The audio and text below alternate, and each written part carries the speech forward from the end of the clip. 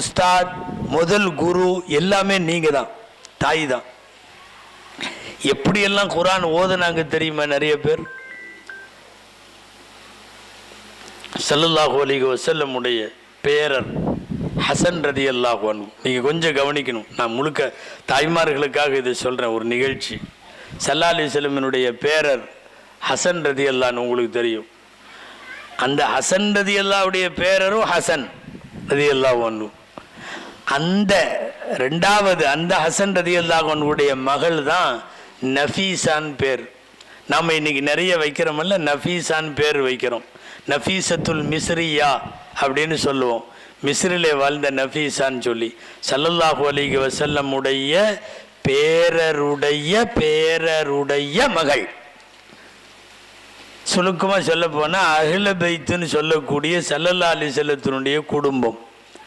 அல்லாஹு அக்பர். எப்போ பார்த்தாலும் குர்ஆன் ஓதிக்கிட்டே இருப்பாங்க அந்த அம்மா.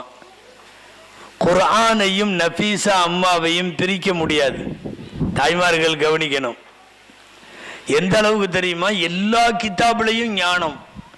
உலகமே போற்றக்கூடிய ஒரு இமாம், இமாம் ஷாஃபி ரஹ்மத்துல்லாஹி அலைஹி. உங்களுக்கெல்லாம் தெரியுமல்ல, ஹனஃபி ஷாஃபின்னு சொல்கிறோமல்ல, ஷாஃபி ரஹ்மத்துல்லாஹி அலைஹி அகில உலகத்தினுடைய பெரிய சட்ட மேதை. அவங்க இங்கே இருந்து அவங்க வீடு இங்கே கிளம்பி அந்த கடைசியில் ஒரு பள்ளி, மஸ்ஜித் ஃபுஸ்தாத்னு பேர், அங்கே பாடம் நடத்த போவாங்க. இந்த ரெண்டுக்கும் வழியில் தான் நஃபீசா அம்மா வீடு. ஆனானப்பட்ட இமாம் ஷாஃபின்னு நம்ம சொல்லணும். ஷாஃபி இமாமுக்கு 50 வயசு. பயங்கரமான அகில உலகத்திலேயே அவங்கள மாதிரி பாடம் நடத்த முடியாது.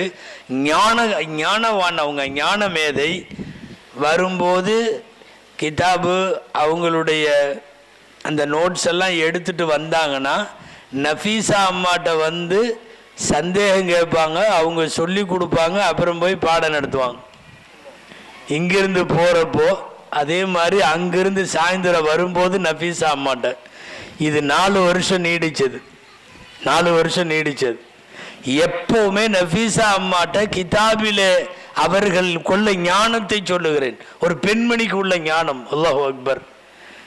இமாம் ஷாஃபி ரஹ்மத்துல்லாஹி அலைஹி மூளை வியாதினால் கஷ்டப்பட்டு கம்மி வயசில், அடுத்த 52வது வயசுலேயே அவங்க வஃபாத்து நெருங்கிறப்போ, மரணத்து படுக்கையில் இருக்கிறப்போ வசியத் செஞ்சிட்டாங்க. என்னன்னா, கடந்த சில வருஷமாகவே நான் போகிறப்போ நஃபீசா அம்மா வீட்டுக்கு போகிறேன், போய் அங்கே வந்து எனக்கு பாடமெல்லாம் ஹதீஸ் எல்லாம் கேட்டு தான் நான் போகிறேன். அதனால் என் ஜனாசாவை எடுத்துகிட்டு போகிறப்போ சந்தூக்கோட ஜனாசாவை கொண்டு போய் அந்த அம்மா வீட்டில் வைங்க, அவங்க ஒரு துவா செஞ்சு கொடுத்தாங்கன்னா அப்புறம் தூக்கிட்டு போங்க. யாரை சொல்கிறது? யார் தெரியுமா? உலகத்திலேயே பெரிய ஆலிம் அவங்க காலத்தில் இமாம் ஷாஃபி ரஹ்மத்துல்லாஹி அலைஹி. ஷாஃபி ரஹ்மத்துல்லாஹி அலைஹி மௌத்துன ஒன்று ஊர் உலகமே கூடிருச்சு. பயங்கரமான கூட்டம். ஜனாசாவை எடுத்துகிட்டு போகிற கூட முடியல, அவ்வளோ பெரிய கூட்டம். இப்போது சென்னையில் இன்னைக்கு மக்ரிபில் அடக்கப்பட்ட தலைமை காசி அவர்களை போல ஞாபகம் வந்துருச்சு. பயங்கரமான மக்கள் வெள்ளத்தில் அவர்கள் அடக்கப்பட்டிருக்கிறார்கள். நினப்பு வந்ததுனால ஒரு துவா செய்வோம். அல்லாஹ் அவர்களின் பாவங்களை மன்னிப்பானாக, அவர்களுடைய கபரை அல்லாஹு தாலா பூங்காவனமாக ஆக்குவானாக, அல்லாஹ் அவர்களுக்கு ஜன்னத்துல் ஃபிர்தௌஸில் இடம் தருவானாக, நபிமார்கள் நல்லோர்களோடு அல்லாஹ் வைப்பானாக. இமாம் ஷாஃபி ரஹ்மத்துல்லாஹி அலைஹி பற்றி சொல்லிட்டு இருந்தேன். ஜனாசா வருது. நாட்டினுடைய கவர்னர்கிட்ட சொன்னாங்க, போய் இந்த மாதிரி ஒரு வசியை செஞ்சிட்டாங்க, ஆனால் இருக்கிற கூட்டத்தில் அது வந்து சாத்தியமானு தெரியலை, இவ்வளோ பெரிய கூட்டம், நஃபீசா அம்மா வீட்டில் கொண்டு போய் வச்சு அவங்க துவா செஞ்சு கொடுத்ததுக்கப்புறம் எடுத்துகிட்டு போக சொல்கிறாங்க. கவர்னர் சொன்னார், வசியத்து இதை வந்து தள்ள வேண்டாம், அப்படியே செஞ்சிருங்கன்ட்டார்.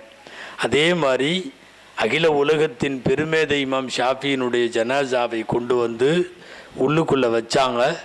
ஒரு 2-3 நிமிஷம் அவங்க துவா செஞ்சு தந்ததுக்கப்புறம் மீண்டும் எடுத்துகிட்டு போய் அடக்கம் பண்ணிட்டாங்க. நான் இப்போ அதை சொல்ல வரல, தாய்மார்களுக்கு சொல்கிறேன். நஃபீசா அம்மா யார் தெரியுமா? வீட்டில் வாழுகிற காலத்திலேயே தனக்கென்று ஒரு கபரு குழியை தோண்டிட்டாங்க. அவங்களா தோண்டி கபரு ரெடி. அவங்க வீட்டுக்கு பின்னாடியே என்ன செய்வாங்க தெரியுமா?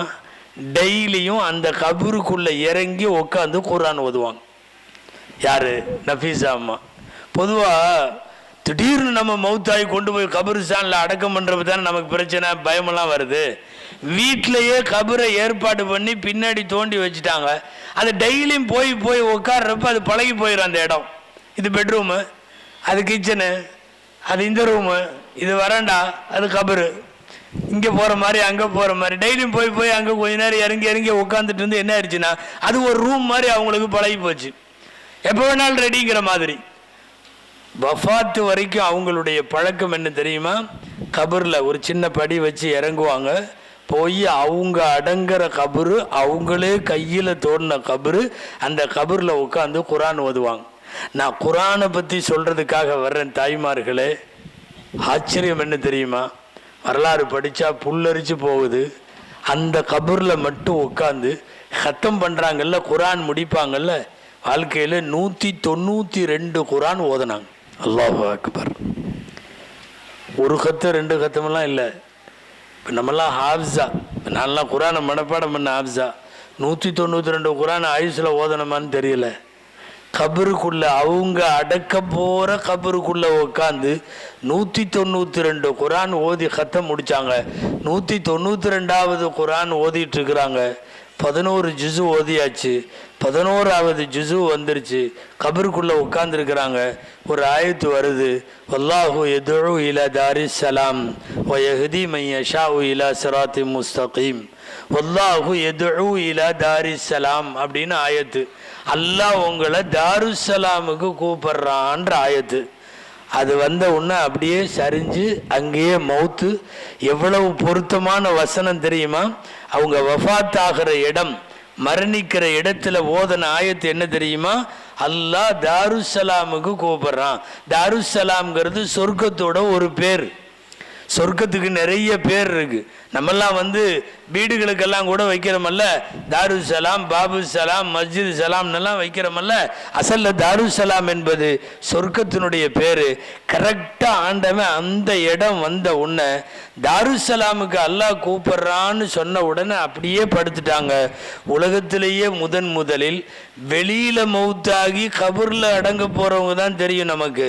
நஃபீசா அம்மா மட்டும்தான் கபூரில் மௌத்தாகி வெளியில் கொண்டு வந்து எல்லாம் காட்டி கஃன் தஃபன் முடிச்சு மீண்டும் அந்த கபரிலே அடக்கம் செய்யப்பட்டார்கள். அன்பான தாய்மார்களை நான் சொல்ல வர்றது, நஃபீசா அம்மாக்கள் உலகத்தில் அவங்களோட காலத்தோட முடியணும்னு எல்லாம் அவசியம் இல்லை. நம்மளிருந்தும் நஃபீசாக்கள் உருவாகலாம். வாழ்க்கையில் 100 குரான் 200 குரான் முடித்த பெண்மணிகள், ஓதிய பெண்மணிகள், ஹாஃபிஸான பெண்மணிகள், தங்கள் குழந்தைகளை ஹாஃபிஸ் ஆக்கிய பெண்மணிகள், அந்த வரிசையில் நீங்கள் இருக்கணும். உண்மையாகவே வருத்தமாக இருக்கிறது, இந்த ஊரை சொந்த ஊராக கொண்ட ஹாஃபிஸுகள் நிறைய இல்லைங்கிறது. தாய்மார்கள் மனது வைத்தால், அதாவது நீங்கள் எங்கே அனுப்புகிறீங்களோ இல்லையோ, சோறு தண்ணி கொடுக்குறீங்களோ இல்லையோ, மதரசாவை மட்டும் உங்கள் குழந்தைகளுக்கு நிறுத்தி விடாதீர்கள். காலத்தே அது தரப்பட வேண்டிய முறையில் சூழலில் தந்து விட்டீர்கள் என்று சொன்னால் மட்டும்தான் நாளைக்கு நீங்கள்லாம் மௌத்தா போன பிறகு, நம்மெல்லாம் மௌத்தா போன பிறகு, மதரசாவிற்கு எந்த கால்கள் நடந்ததோ அவனுடைய 70வது வயதில் அவன் பள்ளிவாசலை நோக்கி நடப்பான். அவன் நாளைய சமுதாயத்தின் மீது அக்கறை கொள்ளுவான். அப்படி ஒரு அக்கறை, சமூக அக்கறை உள்ள தலைமுறையை உருவாக்க வேண்டுமானால் நீங்கள் தயவு செய்து முதலிலே மதரசாவை சரியாக செப்பனிடுங்கள், செவ்வைப்படுத்துங்கள்.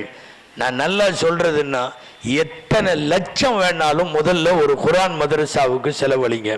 இதை நான் உங்கள் ஊர் ஜமாத் நிர்வாகம், உங்கள் ஊருடைய பைத்துல் மால், இந்த ஊருடைய பெருமக்கள் எல்லோருடைய செவிகளுக்கும் என்னுடைய தாழ்வான வேண்டுகோளாய் வைக்கிறேன். சிறந்த மதரசா இந்த ஊரிலே அமைவதற்கு அல்லாஹ் அருள் புரிவானாக. இந்த ஊரில் நிறைய ஹாஃபிதுகள் வருங்காலத்தில் உருவாகுவதற்கு அல்லாஹ் அருள் புரிவானாக. மார்க்க கல்வியில் தன்னிறைவு பெற்ற ஊர் என்கிற ஒரு சூழல் இங்கே ஏற்படுவதற்கு அல்லாஹ் கிருபை செய்வானாக. ஆமீன். வ ஆகிரு தஅவானா அனில் ஹம்துலில்லாஹி ரப்பில் ஆலமீன். அஸ்ஸலாமு அலைக்கும் வரஹ்மத்துல்லாஹி வபரகாத்துஹு.